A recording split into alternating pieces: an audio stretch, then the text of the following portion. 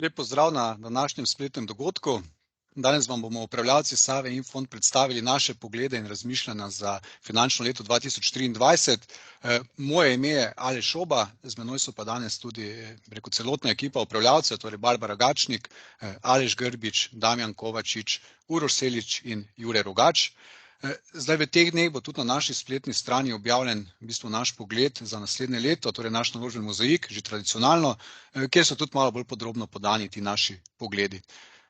Zdaj pa preden gremo v bistvu v leto 2023, pa seveda primerno, da se ozremo, kje smo danes, torej kaj se je zgodilo v preteklem letu, torej letošnjem letu. Ne moramo reči, da je bilo pozitivno leto v bistvu za vlagatelje. Praktično vsi naložbeni razredi so izgubili na vrednosti, tako delnice kot obveznice. Bile so redke izjeme kot recimo ameriški dolar, pa tudi energetske delnice, ki so imeli nekako pozitivno leto, medtem ko pa večina ostalih naložbenih razredov pa bi rekel kar krepki minusi. Zdaj za delniške trge bi rekel nič posebnega, torej letošnji padci so, bi rekel, največji po tisti finančni krizi 2008, kjer pa so bili mnogo bolj, bi rekel, globji, ampak bi rekel po 3 letih dokaj nadpovprečnih donosov, nič nepričakovanega.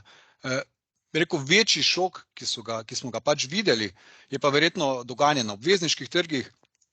Obvezniški trgi, kot vemo, veljajo za neki tisti varni naložben razred, ki, bi rekel, v času pretresov, v času padcev na delniških trgih so kot neka protiutež, kot nek stabilizator, ampak letos smo v bistvu videli, bi rekel, za evropske trge verjetno najslabše leto v zgodovini na obvezniških trgih, na ameriških trgih pa mogoče bi našli tudi podobna leta daleč v preteklosti nazaj. Tako da obveznice so letos izgubile, evropske obveznice, več kot 15%, kar je, bi rekel, vse kot vidite, res, bi rekel, eno bolj ali pa najbolj daleč negativnih let. Se pravim, zakaj je bilo to tako šokantno za vlagatelje, tako boleče? Kot vidimo, tukaj imamo kombinacije, bi rekel, gibanja delnic in obveznic v času, ko so delniški trgi doživeli večje padce in praviloma so obveznice so imele negativno korelacijo in so nekako blažile te padce. Letos pa, se pravim, vlagatelji se niso mogli nikamor umakniti.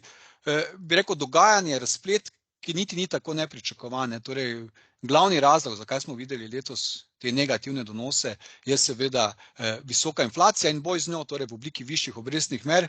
Letos smo videli, bi rekel, velik skok teh zahtevanih donosnosti obrestnih mer pri vseh tipih obveznic. Tukaj vidimo recimo 10-letne nemške državne obveznice, še na začetku leta rahlo v negativni donosi, zdaj pa nekako se gibljajo že nad 2% in to je nekako povzročilo to prevrednotenje. Zdaj pa, če se nekako ozremo v leto 2023, zdaj, če smo rekli, da je bilo inflacija in boj z njo v obliki višjih obrestnih mer tisto glavni dejavnik, neko gonilo, ki je najbolj vplivalo na finančne trge, pa seveda ključno vprašanje, kaj se bo sedaj dogajalo z inflacijo v naslednjem letu.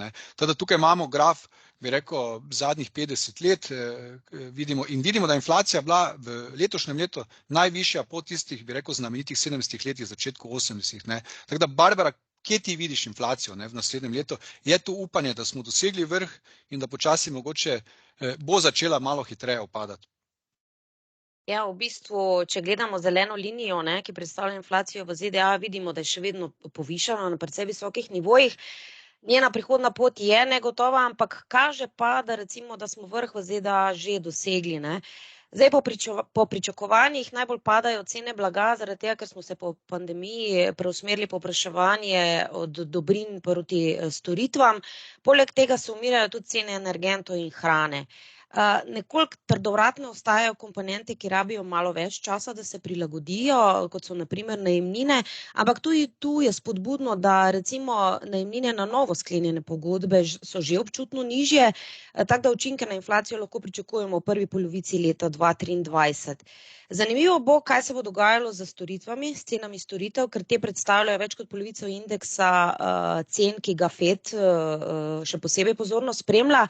Trenutno cene storitev naraščajo nekoliko hitreje, kot sicer padajo cene blaga, zato je zelo težko napovedati, kje se bo inflacija ustalila v letu 2023.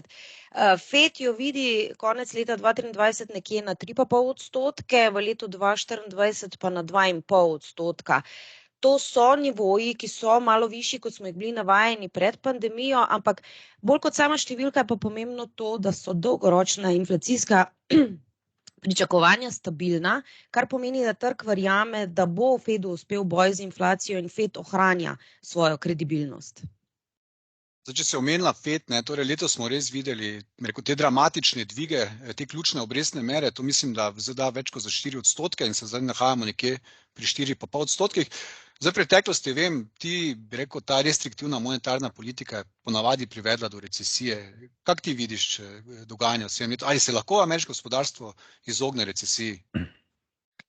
Ja, zaostreni finančni pogoji se že poznajo na gospodarski rasti, ampak Powell ostaja trden v svoji nameri, da ukroti inflacijo, tako da dvigov obrestne mere še ni konec. Zdaj na zadnjem zasedanju decembra je sicer tempo upočasnil, obrestno mero dvignil samo za 0,5% na 4,5%. Konec leta je v bistvu člani ameriške centralne banke vidijo nekje na 5%, pričakovanja trga pa so malo nižja. Gledamo pa krivuljo razmika donosnosti 2- in 10-letnih državnih obveznic. Ta krivulja velja za relativno zanesljiv napovednik bližajoče se recesije in ta je globoko v negativnem območju. Verjetnost nastopa recesije v ZDA je poskočila na 65%. Poleg tega pa tudi vrsta drugih ekonomskih kazalnikov kaže na njeno bližino, na primer indeks nabavnih menedžerjev je padel pod mejo 50, kar kaže na kontrakcijo. Recesijo pričakujemo lahko konec leta 2023 oziroma v začetku leta 2024, pričakujemo pa, da bo blaga. Je možno, glede na to, kaj si zdaj povedala, da bi ameriška centralna banka, torej Fed, tekom leta 2023 ne samo prenehal z dvigi, ampak da bi jih tudi mogoče začel že proti koncu leta zniževati, zdaj, če si omenila recesijo? Vse bo odvisno od trga dela. Powell pravi, da v bistvu umika v vojni proti inflaciji ni, ker so tveganja večja, če bi naredil premalo, kot pa preveč. Zdaj, konkurenca za delavce je še izjemno visoka in tveganje za spiralno rast plač je previsoka. In dokler ne dosežemo ravnotežja na trgu dela, verjetno preobrata monetarne politike ne bo. Za ravnotežje na trgu dela pa potrebujemo zmernost povpraševanja po delovni sili. Dobro. Zdaj, torej, če v ZDA nekako, bi rekel, tisto glavno tveganje, pač so te višje obrestne mere, ki so, se pravim, zgodovinsko ponavadi privedle do recesije, pa se Evropa nekako sooča še, bi rekel, z dodatno to krizo, torej energetsko krizo kot posledico vojne v Ukrajini. Aleš, kakšna so bo pričakovanja za evropsko gospodarstvo? Ali se bo Evropa, se pravim, praktično vsi vidijo recesijo, ampak bi rekel, zadnji meseci mogoče kažejo, ali pa bi rekel, prvi del zime, da niti ni tako hudo. Kakšen je tvoj pogled?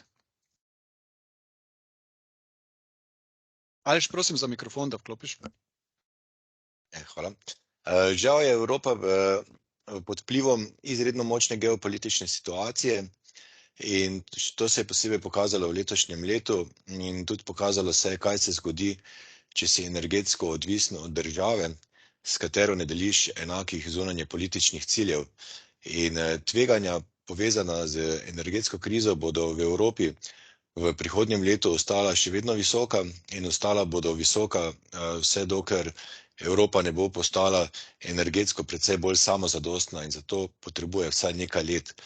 In tudi zanimivo bo videti, oziroma tudi imamo kar visoka pričakovanja glede določanja modela cene električne energije, ki ga bodo sprejeli bruseljski birokrati in ali jim bo uspelo s tem modelom izločiti moteč vpliv cene plina na ta model, ker vemo, da trenutni model določene cene električne energije na evropskem trgu temelji na ceni najdražjega energenta za proizvodnjo energije in to je sedaj plin in z njega proizvedemo samo 20% celotne električne energije. In tako bi lahko nov model občutno znižal cene električne energije. Vsaj upanje je takšno. Ko si omenil, cene električne energije in plina. Zdaj inflacija, vidimo, v Evropi je celo malenkost višja v tem trenutku kot v ZDA. Kakšna je tu politika ECB, kaj tukaj pričakujemo v naslednjem letu? Ja, pred Evropsko centralno banko je velik izziv, ker vemo, da inflacija v Evropi je posledica energetskega krča.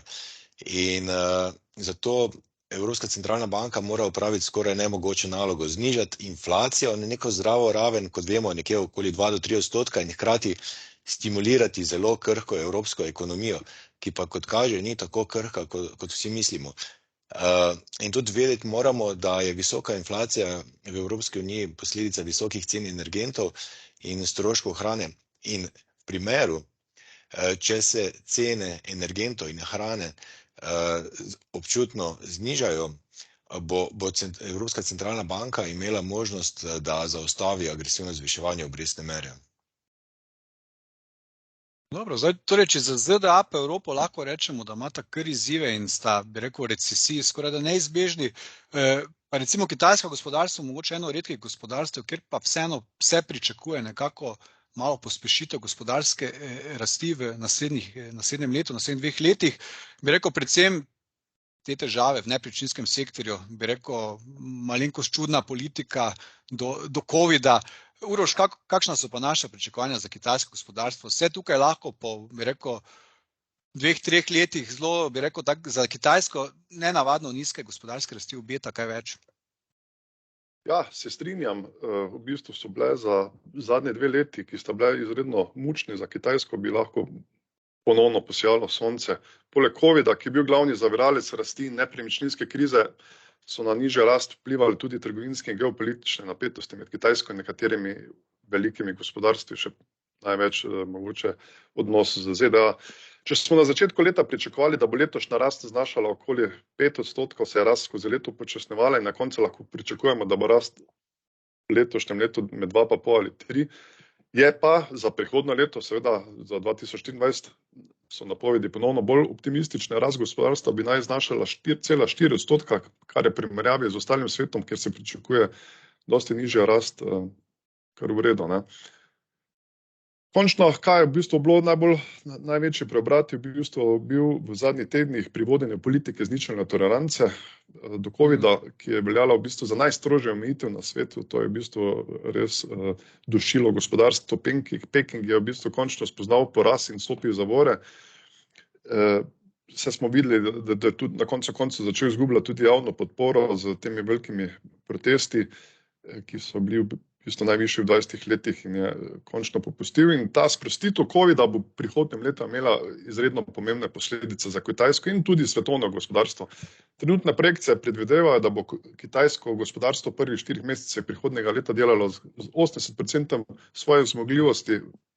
Od takrat dalje, se pravi v drugi polovici ali pa še malo več, pa se pričakuje močan odboj navzgor, ki bi v bistvu za sabo lahko povlekel tudi pozitivne smeri v svetu, ne.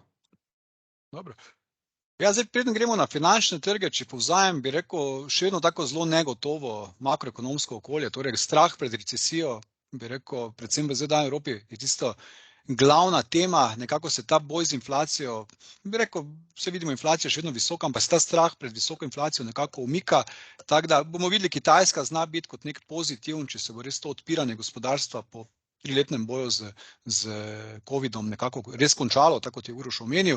Tako da bi rekel, ampak nasplošno zelo zahtevno leto z vidika makrookolja. Zdaj za finančne trge, če se ozremo v naslednje leto, pa mogoče začnemo za razliko, da ne vedno z delnicami, z obveznicami. Tukaj pa mislim, da je ena večja sprememba, ki jo vidimo, torej v preteklih letih smo bili zelo nenaklonjeni do obveznic, predvsem zaradi nizkih oziroma negativnih zahtevanih donosov, torej obveznice so, predvsem tiste najbolj varne državne, skoraj da mnogo jih je garantiralo negativne donose in se pravi, v takem okolju si zelo težko v nekem uravnoteženem portfelju priporoča obveznice. Ampak bi rekel, po letošnjem letu, po letošnjem prevrednotenju pa se naše stališče, bi rekel, nedvomno spreminja, da Jure pri nas spremlja obvezniške trge. Kakšen je tvoj pogled, Jure, za obveznice v naslednjem letu? Ja, drži. Cena obveznic še nikoli v zgodovini ni tako fejst padla kot v letošnjem letu. Vendar nekaj moramo vedeti. Investicija v obveznico nam bo praviloma ustvarila znan donos, če jo držimo do njene zapadlosti, ko jo kupimo, ne? Praviloma pravim zato, ker vseeno obstaja neko tveganje, da izdajatelj obveznice ne bo plačal obveznosti iz nje. Torej, če pogledamo, da trenutno 10-letna nemška obveznica ponuja donos nekje 2%, so obveznice vsekakor ponovno postale atraktivna naložba. Če pa smo ob tem pripravljeni sprejeti še neko tveganje, smo pa lahko še bolj nagrajeni. Letošnja rast zahtevanih donosov in v obratni smeri padec njihovih cen so posledica visoke inflacije in pa dviga obrestnih mer, za kar je težko verjetno, da se bo ta trend v naslednjem letu še naprej nadaljeval. Zato pričakujemo še vedno dobre donose. Obstaja pa tudi verjetnost, da bo naslednjem letu prišlo do recesije in takrat bojo obveznice praviloma odigrale svojo vlogo in postale varno zatočišče za investitorje. Ja, se strinjam, Jure, s tabo, tako da se pravim, obveznice, predvsem v času recesije, bi mogle znova odigrati svojo vlogo, predvsem zdaj, ko so tudi, bi rekel, ti zahtevani donosi malenkost višji. Tako da, mogoče po več letih lahko rečemo, da delnice končno imajo alternativo, ampak kljub temu, vsaj po našem mnenju, delnice ostajajo dolgoročno tisti še vedno najbolj privlačen naložben razred. Po letošnjem prevrednotenju, torej predvsem zaradi višjih obrestnih mer, so vrednotenja delnic znova pod nekimi, bi rekel, dolgoročnimi povprečji. Tukaj vidimo graf, bi rekel, globalnega delniškega indeksa. Vidimo, se nahajamo, ta pričakovan preslednik, bi rekel, najbolj nek klasičen kazalnik vrednoten, se nahajamo nekje pod 15, dolgoročno povprečje, malenkost višje. Z tega vidika vlagatelji znova lahko dosežejo, bi rekel, donose, ki so jih povprečju lahko dosegali na delniških trgih, kar pomeni 5-6% realno. Zdaj, ni pa bistvo, če so mogoče vrednotenja nekako pokazatelj dolgoročnih donosov, na kratek rok pa vemo, da drugi dejavniki vplivajo na gibanje cen delnic. In rekel, če smo v letošnjem letu nekako so bile višje obrestne mere, tisto glavno gonilo, zakaj so delnice upadle, pa zdaj nekako glavni strah, bi rekel, na delniških trgih recesija, pa seveda padec dobičkov. Vemo, v recesiji praviloma brez izjeme dobički podjetij padejo. Tukaj imamo na tem grafu, vidimo vse, bi rekel, ameriške recesije po drugi svetovni vojni. Povprečen padec dobička znašal 13%. In zdaj, kot je Barbara omenila, mi pričakujemo, če bo recesija, bo blaga. Torej, tudi padec dobičkov po našem mnenju v tem ciklu ne bo pretiran. Torej, ponovitev 2008, kjer so se dobički skoraj prepolovili, po našem mnenju ne pride poštev. Bolj je podobno to kot 70. leta, torej čas višje inflacije, kjer so pa dobički padli, kot vidimo, tam nekje tudi po 13%. Tako da, ampak to je glavni strah, ker zdaj trgi še vedno pričakujejo rast dobičkov in tu se lahko ta pričakovanja tekom leta malenko znižajo in to bi lahko prineslo dodatno volatilnost na trge in ni izključeno, da bomo ponovno testirali te najnižje nivoje, ki smo jih videli, ne vem, junija oziroma oktobra v letošnjem letu.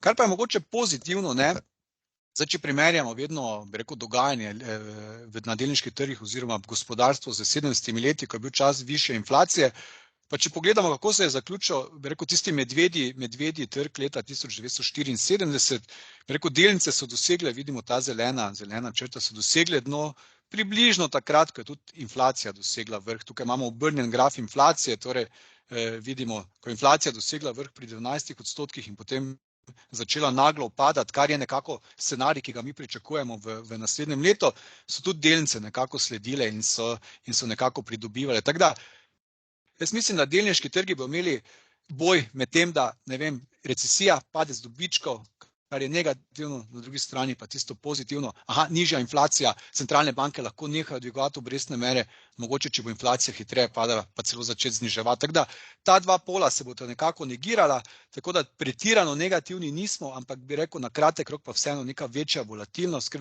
vemo, kako so delniški trgi, vedno pričakujejo nekaj, zgodi se pa potem nekaj drugega. Tako da, če gremo naprej, zdaj, če smo za delnice koliko toliko še pozitivni, bi rekel pa znotraj delnic nekako smo bolj naklonjeni delniškim trgom zunaj ZDA. Jaz bi rekel, glavni razlog so seveda nižja vrednotenja trgov zunaj ZDA, vidimo tukaj diskont, eden najvišjih v zgodovini.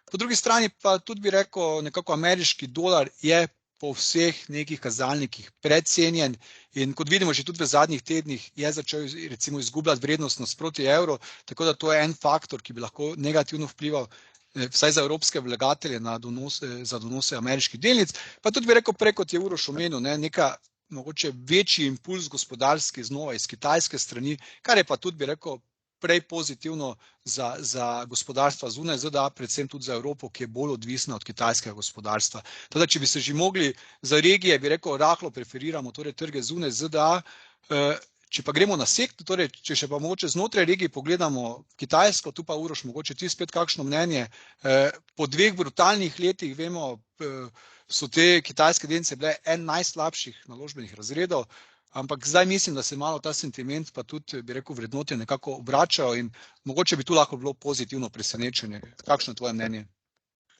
Ja, se strinjam, kitajske delnice bi definitivno lahko pozitivno presenetile v naslednjem letu. Tudi, če pogledamo zgodovinsko nazaj, se praktično niso nikoli gibale sinhrono z ostalimi trgi, so imele svoje gibanje. Poleg sproščanja covida, ki smo ga zdaj končno doživeli in umiritve nepremičninskega trga, tudi tu so bile pozitivni premiki z novimi ukrepi, je pozitiven signal za vlagatelje prišel tudi strani vlade, sploh za kitajski tehnološki sektor, ki je bil v zadnjem času pod velikim udarom, ne. Na zadnjem zasedanju gospodarskega foruma so vladni predstavniki poleg gospodarske stabilnosti in odprave ozkih grl dobavni verigi omenjali mehčanje stališča do zasebnega sektorja in sproščanje regulativnih pritiskov. Se pravi, to, kar so pretekla 2 leti pritiskali, zdaj so začeli se sproščati ti regulativni pritiski. To bi lahko bil, kar mi rečemo pač temu en dober trigger. Zakaj? Zato, ker v zadnjih letih je ravno ta pritisk na tehnološko podjetje bil eden izmed glavnih razlogov, da so tuji vlagatelji pričeli zapuščati kitajski delniški trg, ne, in pri odpravi tega bi se lahko začeli vračati, ne. Pozitivno je tudi bilo sporočilo iz newyorške borze, da se je več 100 kitajskih delnic izognilo umiku iz ameriških borz, saj se po več kot 10 letih medsebojnih pogajanjih končno so se uspeli dogovoriti regulatorji o razkrivanju finančnih podatkov kitajskih podjetij, tako da se s temi delnicami, ki se kotirajo kitajskimi podjetji na newyorški borzi, se bo nadaljevalo, ne. Ta strah je bil zadnjih 5 let prisoten, da se bojo pač odstranile. Jaz se strinjam, jaz bi rekel Alibaba, Tencent, bi rekel ta vodilna kitajska tehnološka podjetja so izjemno ugodno vrednotena, tako da če se tu malo sentiment do teh podjetij strani kitajske komunistične partije spremeni, jaz mislim, da to bo lahko ima zelo hitro, zelo močan odboj. Zdaj, če gremo malo stran od regij, pa gremo še na sektor, jaz mislim, ena izmed glavnih tem tudi v letošnjem letu je bilo to, da se nekako zaključila ta dominanca, bi rekel, res izjemnih donosov tehnoloških podjetij v zadnjem desetletju. Tako da, Aleš, ti upravljaš ta sklad, spremljaš, bi rekel, ta podjetja bolj podrobno. Verjetno ponovitev preteklih 10 let ne pride v poštev. Ja, Aleš, res je, zelo težko bo ponoviti tako desetletje. Vemo pa, da so se tehnološka podjetja precej pocenila oziroma postala cenejša. Vidimo tudi zniževanje prihodnjega kazalca price to earnings in to je pač predvsem posledica prevrednotenja zaradi poviševanja obrestne mere. In verjeti pa moramo, da je popolnoma normalno, ne, da naložbe z visoko nihajnostjo bolj rastejo in bolj padejo kot trg celoti in tudi enako velja za ta tehnološka podjetja. Nas in tudi vlagatelje pa nas predvsem zanima, kaj se bo dogajalo v prihodnje z njihovim poslovanjem. In tudi vemo, da na dolgi rok, da se delnice podjetij gibljajo skladno s pričakovanji z rastjo njihovega dobička. To smo nekako v letošnjem letu opažali, ne? Torej, rast prihodkov, tudi poslovanje se pri določenih podjetjih ali pa večine podjetij kar občutno upočasnilo, ne. Ali ti megatrendi, ki smo jih pač spremljali na področju informacijske tehnologije, ali še vedno veljajo? Ja, res je, letos smo zaznali po dolgem času upočasnitev rasti prihodkov in dobička in to lahko pripišemo predvsem tem zaostrenim globalnim ekonomskim razmeram, geopolitični situaciji in zaradi vsega tega so podjetja postala izrazito previdna pri svojih investicijah, tudi na področju nakupa storitev ali pa produktov iz informacijske tehnologije. In to se je seveda tudi odrazilo v občutno nižji rasti prodaje in dobičkov tehnoloških podjetij, ampak vemo pa tudi, ko bo nastopilo okrevanje globalno gospodarsko okrevanje, se bodo ponovno povišale investicije podjetij v storitve in produkte iz področja informacijske tehnologije. In tudi vemo to, da ti tako imenovani megatrendi, kot so digitalizacija, poslovanje v oblaku, kibernetska varnost, prehod iz gotovine k plastiki in podobno, da ostajajo nespremenjeni in bodo ostali nespremenjeni še vsaj nekaj let. Zato smo lahko mirni z temi naložbami in izkoristimo jih pač za dolgoročne nakupe. Zdaj, če pa zmagovalci, pa kot vemo, v letošnjem letu so pa bili predvsem ta stara ekonomija, torej energetski sektor, surovinski sektor. Damjan, ti imaš v našem letošnjem množnem muzeju en, bi rekel, zelo dober, prispevek glede surovinskega supercikla. Kakšna so tvoje razmišljanja glede tega? Ja, leto 2022 je bilo neverjetno stresno za večino vlagateljev, ne toliko zaradi medvedjega trga, padca na delniških trgih, pač pa predvsem, bi rekel, zaradi tega, ker je v tem obdobju rastoče inflacije se porušila ta običajna negativna korelacija med delnicami in obveznicami, torej med tema glavnima naložbenima razredoma. Ampak tukaj pa stopijo potem na sceno surovine, ki ravno blestijo v obdobju visoke in rastoče inflacije, tako da bi z malo surovin v svojih portfeljih naši vlagatelji zelo učinkovito razpršili pravzaprav večino tveganj v tem res inflacijskem makroekonomskem okolju. Če pogledamo ta graf gibanja Bloombergovega surovinskega indeksa, vidimo v zadnjih 2 letih, predvsem pa letos, surovine osamljena svetla točka. In Bloombergov surovinski indeks je od dna v aprilu 2020 zrasel za okrog 90%, delnice sektorja materiali surovine so v evrih pridobile približno 80%, delnice sektorja energija pa kar 140%. Tako da v manj kot 2 letih so cene večine surovin in energentov naredile ta res skoraj nepredstavljivi preobrat iz enega v drug zgodovinski ekstrem, torej od najnižjih do najvišjih cen vseh časov. In seveda, kaj lahko rečemo, kaj to pomeni? Najmanj, kar je, bi rekel, da se je končal, vidimo ta brutalen 10-letni medvedji trg, to izgubljeno desetletje, kjer so, na primer, tisti, ki so vlagali v kapital, v naftne projekte, so izgubili celo na en vložen dolar celo več kot 50 centov, kar je noro. Zdaj, v teh 2 letih popolni preobrat in je pa vprašanje, ali bo ta inflacijski val povpraševanja po koncu covida, ali je pognal seveda cene energentov in surovin v nebo, ali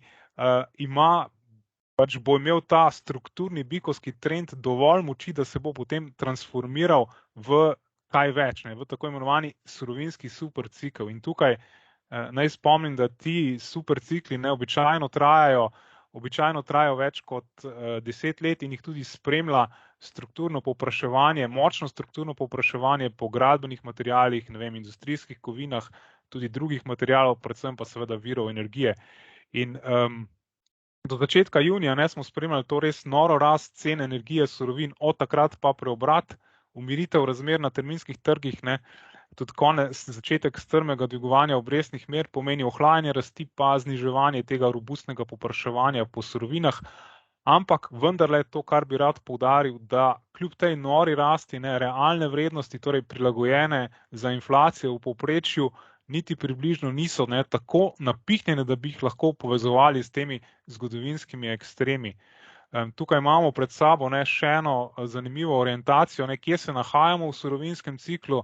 Poglejmo tu inflacijsko prilagojeni realni graf gibanja cen surove nafte, ki ostaja seveda kraljica surovin, torej v zadnjih 2 superciklih, od začetka leta 1970, in v resnici so cene danes praktično identične, kot so bile od začetka zadnjega cikla, torej po letu 2000, torej nekje okrog $74 za sodček. Od teh rekordnih vrednosti nam manjka torej še zelo veliko. Sploh, če vzamemo namesto ameriške inflacije, ki jo gledamo na sliki, globalno inflacijo in jo potem prilagodimo za današnjo energetsko učinkovitost gospodarstva. V tem primeru so potem realne rekordne cene tam nekje med $200-250 za sodček, torej celo 3-krat više, kot so danes, ampak pravim, tega v medijih ne boste nas zasledili, ne, v medijih boste videli samo to non-stop nabijanje o energetski dragini, brez neke jasne zgodovinske perspektive, ne. Zdaj, ja, ko gre za razmišljanje o tem, ali se nahajamo v novem superciklu, ne, jaz sem pač zavestno sem razmeroma rezerviran, ne, pač ne vemo, kaj se bo zgodilo s tem, recimo, strukturnim povpraševanjem, naprimer, tako kot je bila Kitajska, ne, izrazita na prelomu tisočletja. Kitajska, vemo, danes porabi v povprečju skoraj polovico vseh surovin. Vse se zelo lepo se sliši ta zeleni prehod z električnimi vozili, tudi obnovljivimi viri, kot jasno glavni motor povpraševanja, ki bi se lahko pač pojavil, po drugi strani pa, tako kot so kolegi omenjali, negotovost glede globalne rasti, glede Kitajske, negativni demografski trendi, tudi zlom kitajskega nepremičninskega trga, tako da recimo, jaz sem glede tega previden optimist, ne, ampak ne, sem pa bistveno bolj optimističen glede tega res glavnega motorja rasti surovin, to pa je dramatična kapitalska podhranjenost sektorja, ne, ki pa bo po mojem mnenju imela odločilen res pozitivni vpliv na gibanje surovinskih in energetskih trgov. To si zapomnite, ne, da je pri surovinah je cikel kapitalskih investicij pomembnejši od poslovnega cikla in če so recimo v investicijskem ciklu 2002-2013 ne, te družbe, vidimo na sliki, ne, povečevale kapitalske investicije za 5-krat, torej 70 na 350 milijard dolarjev letno, so potem te investicije v zadnjih letih strmo in simetrično uplahnile na recimo samo 150 milijard dolarjev letno. In torej zanimivo, ne, je spremljati gibanja v zadnjih nekaj mesecih, ti trendi, ne, surovine padajo, surovinske delnice padajo, ampak ne izgubljajo več kot preostale naložbe, ne, kar kaže tukaj, da morda prihaja na delniških trgih do spremembe, ne, v vodstvu. Torej, namesto tehnoloških delnic bi v tem novem poslovnem ciklu lahko štafeto prevzele energetske in pa surovinske delnice. In če pogledamo, ne, tukaj na grafu levo, delež energetskih in pa surovinskih delnic znaša danes v surovinskih indeksih, v globalnih delniških indeksih, ne, okrog 10%, kar je sicer, ja, bolje kot takrat kot 7% na covidnem dnu, ampak bi rekel še vedno premalo, ne. Tako, ne, kot v naši prehrani vemo, kronično primanjkuje nekaterih ključnih hranil, vitaminov, mineralov, naprimer vitamin D, omega 3, magnezij, ne, so tudi v naših portfeljih, ne, po naravni poti so naši portfelji surovinsko podhranjeni. Recimo, ne, uravnoteženi 60-40 portfelj bi imel danes samo 6% surovin, delniški 10%, ampak ne, to se mi zdi premalo. Jaz bi sam pač ta delež v portfeljih premikal proti 20%, ne.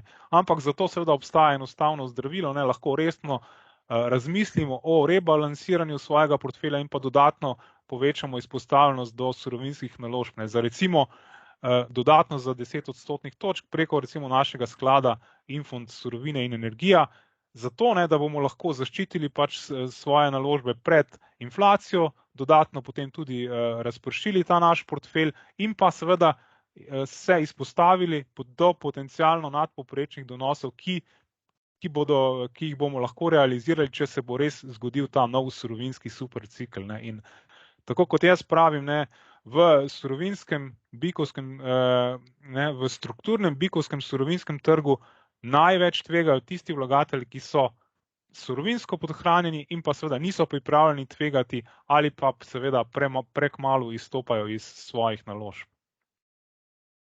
Dobro, jaz se Damjan je to lepo opazko dal, ne, ponavadi v teh ciklih, bi rekel, pride do menjav, ne, vemo, v 90-ih letih so bile tehnološke delnice tiste, ki so dominirali, v začetku 2000-ih pa prišel velik preobrat, pa so bile bolj, bi rekel, energetske, surovinske, pa tudi, bi rekel, trgi v razvoju. Zdaj, če se zgodovina nekako rima, torej imeli smo preteklo desetletje tehnoloških delnic, tako da, Damjan, je tu res mogoče nekaj na tem, da v novem vodstvu mogoče res vidimo znova to staro ekonomijo, predvsem te energetske pa surovinske delnice, tudi če gledamo skozi prizmo te, bi rekel, zelene transformacije, kjer bo potrebno ogromno teh, bi rekel, nekih novih surovin.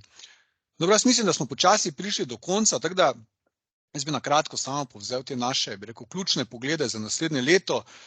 Po našem mnenju se bo inflacija tekom leta 2023 občutno znižala. Zdaj vrnitev na tiste res nizke nivoje pred pandemijo pa po našem mnenju ne pride v poštev. So določeni strukturni dejavniki, ki nekako bodo držali inflacijo nad 2%, torej po 2% ne vidimo vrnitve. Centralne banke bodo prenehale z dvigi ključnih obrestnih mer, verjetno Fed prej kot pa v Evropi, ki nekako z zamikom sledi ameriški centralni banki.